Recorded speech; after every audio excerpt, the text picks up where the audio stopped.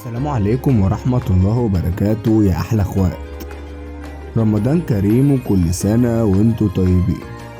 في حلقة النهاردة هقدم لكم أكتر من 20 لغز غريب ظهر في برنامج رامز جلال الجديد.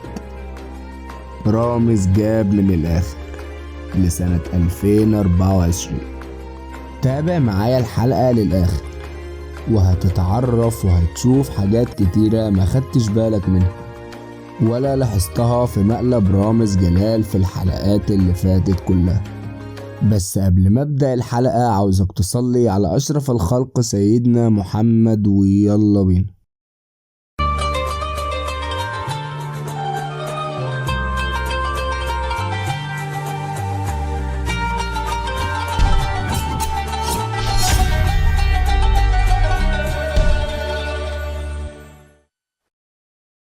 في حلقة كزبرة وحمو بيكا ظهر حاجات غريبة وعلامات استفهام كبيرة أوي.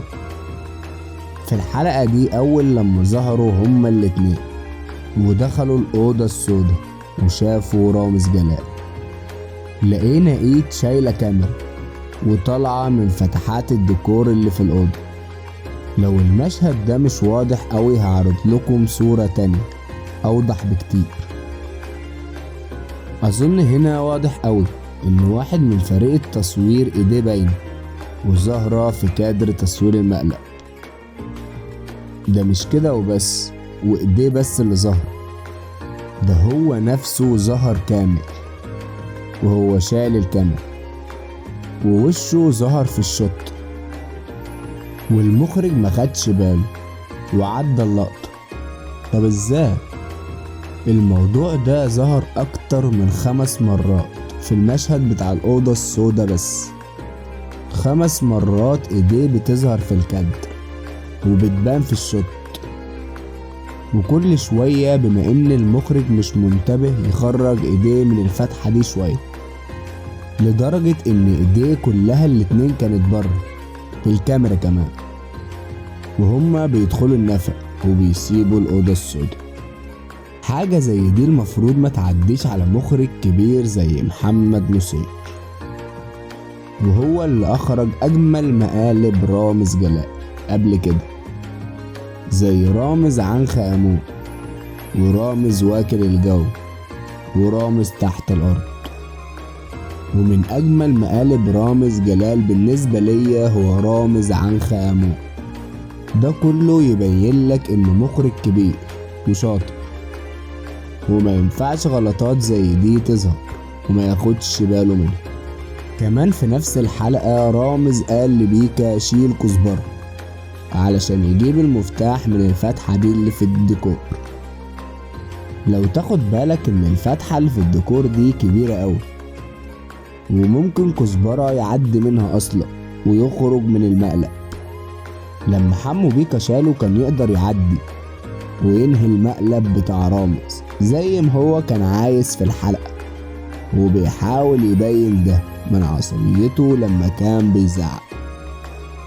بعد كده في حلقة فراس البريكات وعلي البليل لما وصل فراس والمذيعة استقبلته وكانت بتعمل معاه حوار، سألته عن رأيه في برامج رامز جلال ورأيه في برنامجه الجديد وإن رامز مش هيعمل مقالب وده هيكون برنامج حواري. فقال لها أتمنى فعلا إنه يكون صح ورامز بطل يعمل مقالب وإن ده هيكون فعلا برنامج حواري عادي. بعدها رامز طلع خضه وقال له انت شكك في محله يا ابني، معنى كده انه بيأكد له شكه وإن ده مش هيكون برنامج حواري عادي وإن هيكون في مقلب هيحصل.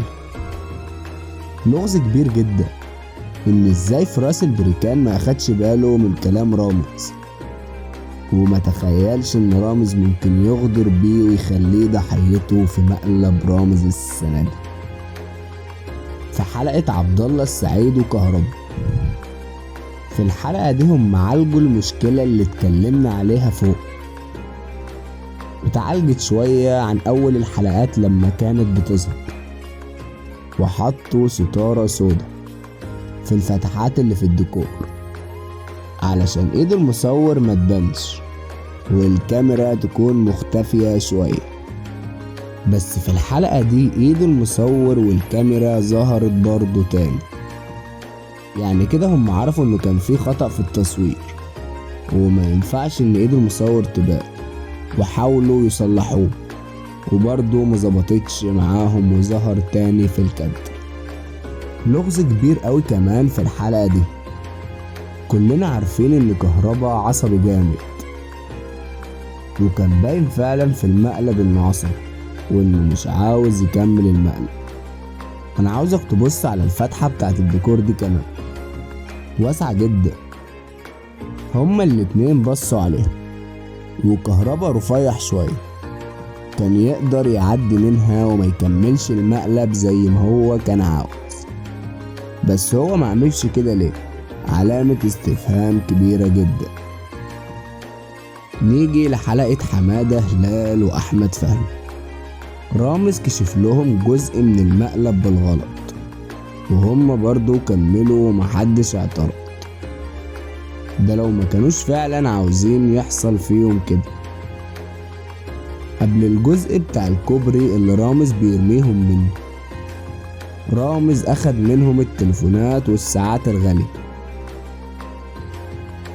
وقال لهم ان لو اي حد معاه فلوس يسيبها علشان ما تبص من المية، معنى كده انهم هيقعوا في مية.